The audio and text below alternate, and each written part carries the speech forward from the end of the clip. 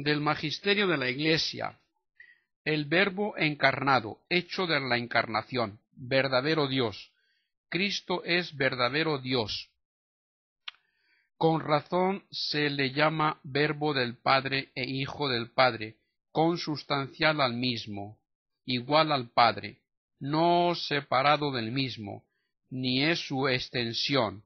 Es Dios de Dios, engendrado no hecho, unigénito, uno de la Trinidad, por el cual fueron hechas todas las cosas, inmutable, eterno, impasible. La divinidad de Cristo se prueba por los evangelios. Verdadero hombre, en general. El mismo Cristo es verdadero hombre, en todo semejante a nosotros menos en el pecado. Componentes. Tiene alma racional, intelectual, no puramente sensitiva, sino verdaderamente humana, la cual, no obstante, no era preexistente.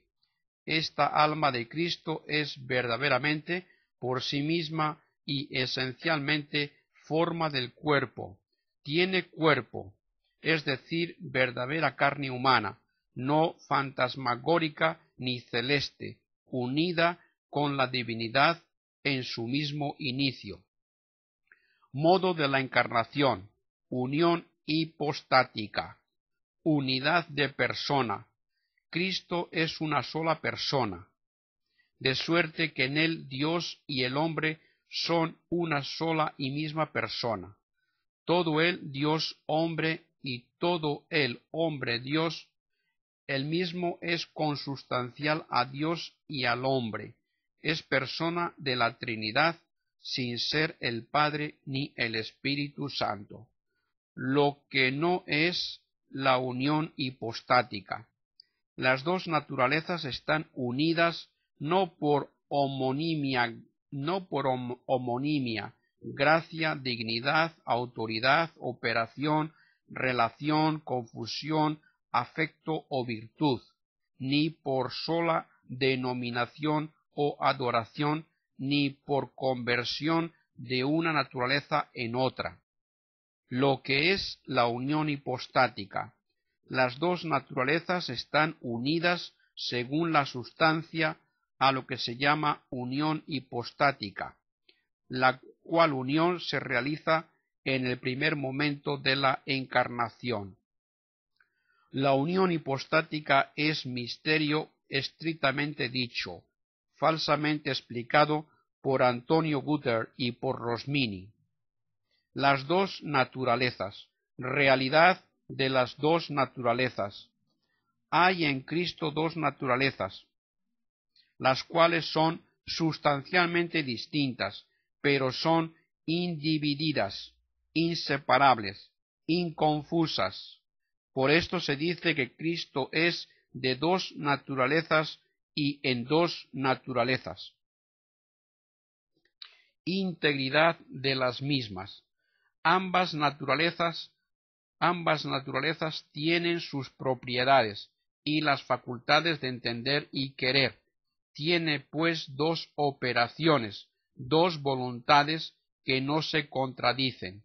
La operación llamada teándrica debe entenderse bien.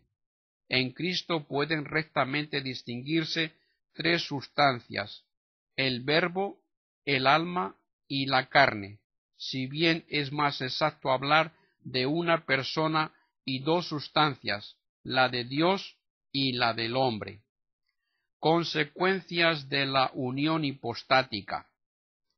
Consecuencias para todo el compuesto teándrico. Comunicación de idiomas. De la unidad de persona se sigue la predicación recíproca de propiedades y operaciones. En consecuencia, erraron los agnoetas en cuanto hombre no es omnipresente. Filiación divina de Cristo. El hombre Cristo es el Hijo único de Dios, Hijo natural, de ningún modo Hijo adoptivo, sólo alegóricamente por razón de su obediencia es llamado siervo. No es hijo del Espíritu Santo, pero sí hijo del hombre. Tiene dos nacimientos, uno eterno como Dios, otro temporal como hombre. No puede llamarse inacible, en cambio puede llamarse menor que el Padre y el Espíritu, mayor y menor que él mismo. Cristo no debe llamarse tan solo teóforo o deífico o habitación de Dios, y no una naturaleza compuesta, ni simplemente dos naturalezas. Cristo en cuanto es el Verbo, sólo ha nacido; en cuanto es hombre, ha nacido y ha sido hecho y predestinado. Adoración de Cristo hombre. La misma humanidad de Cristo debe ser adorada, y esto directamente en cuanto unida con la divinidad, con adoración única, no doble. Este culto lateótrico conviene también a Cristo eucarístico y al Sagrado Corazón de Jesús. La humanidad de Cristo debe ser amada incluso por los perfectos. Consecuencias para la naturaleza asumida. Santidad e impecabilidad. Cristo fue santo y fue concebido, nació y murió sin pecado. Más aún, fue impecable aún antes de la resurrección, por lo cual no necesita purificación, ni ofreció el sacrificio para sí mismo. Tuvo los 7 dones del Espíritu Santo, incluso el temor de Dios.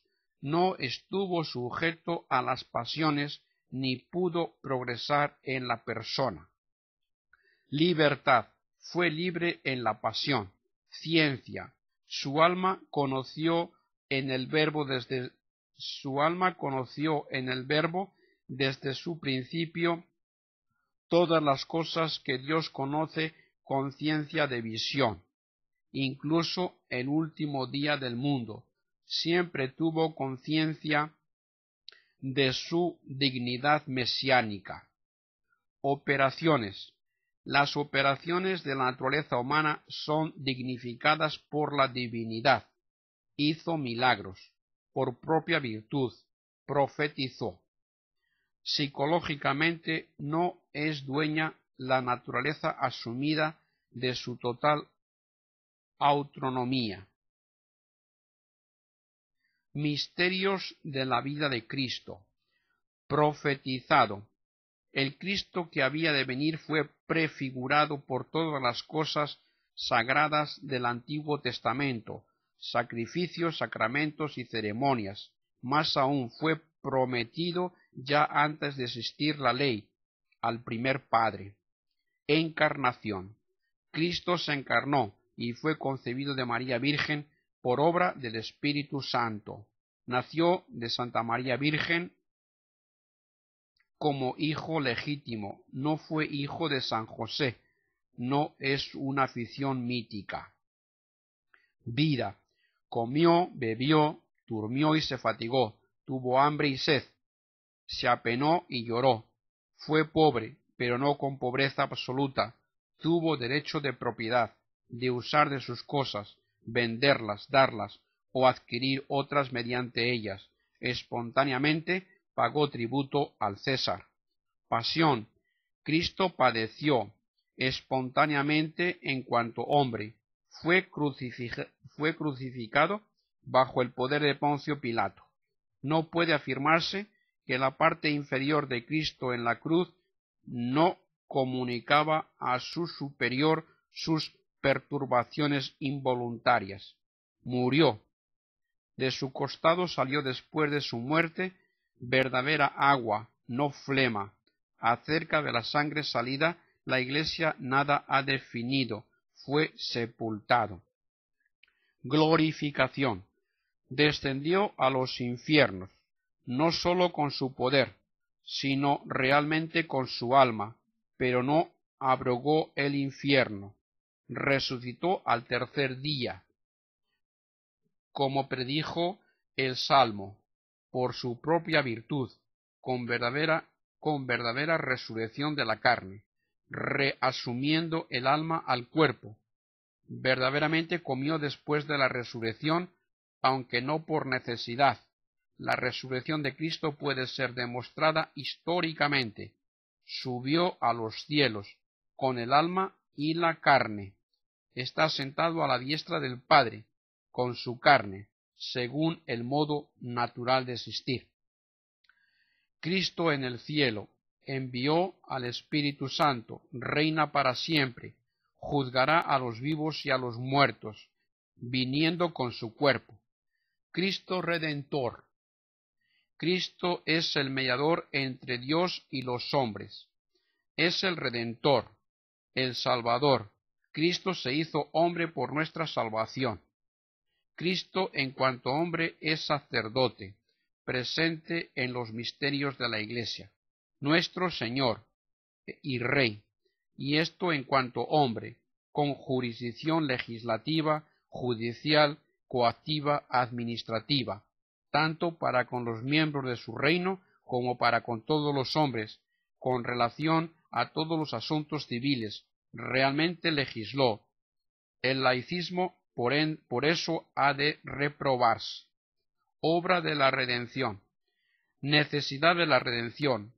Ni por las fuerzas de la naturaleza, ni por la ley mosaica, el hombre caído podía ser reparado, sino sólo por los méritos de Cristo. Muerte redentora. La muerte de Cristo, según el Evangelio, fue expiatoria. Murió para reparar la naturaleza perdida por Adán, para librarnos del pecado original y del yugo del diablo. Por la muerte en la cruz nos redimió de nuestros pecados y reconcilió con el Padre. Y esto sucedió por el amor de Cristo al género humano, no por hado. Por nosotros se hizo pecado. Cristo mismo sufrió la muerte, no el Padre. En la nueva vida no será crucificado por los demonios. Satisfacción. Con su pasión, Cristo satisfizo por todos los hombres, esto es, por los pecados de todo el mundo. Esta satisfacción es infinita y sobreabundante. Sacrificio. Por nosotros ofreció un sacrificio. Su muerte fue este verdadero sacrificio. María, Virgen y Madre de Dios.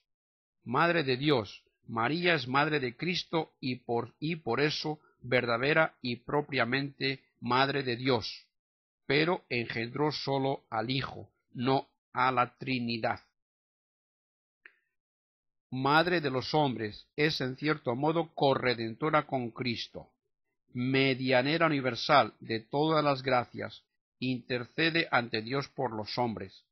Prerrogativas. Santa, fue concebida inmaculada, esto es, inmune de la mancha del pecado original, si bien esto no es debido al semen incorrupto transfundido en ella.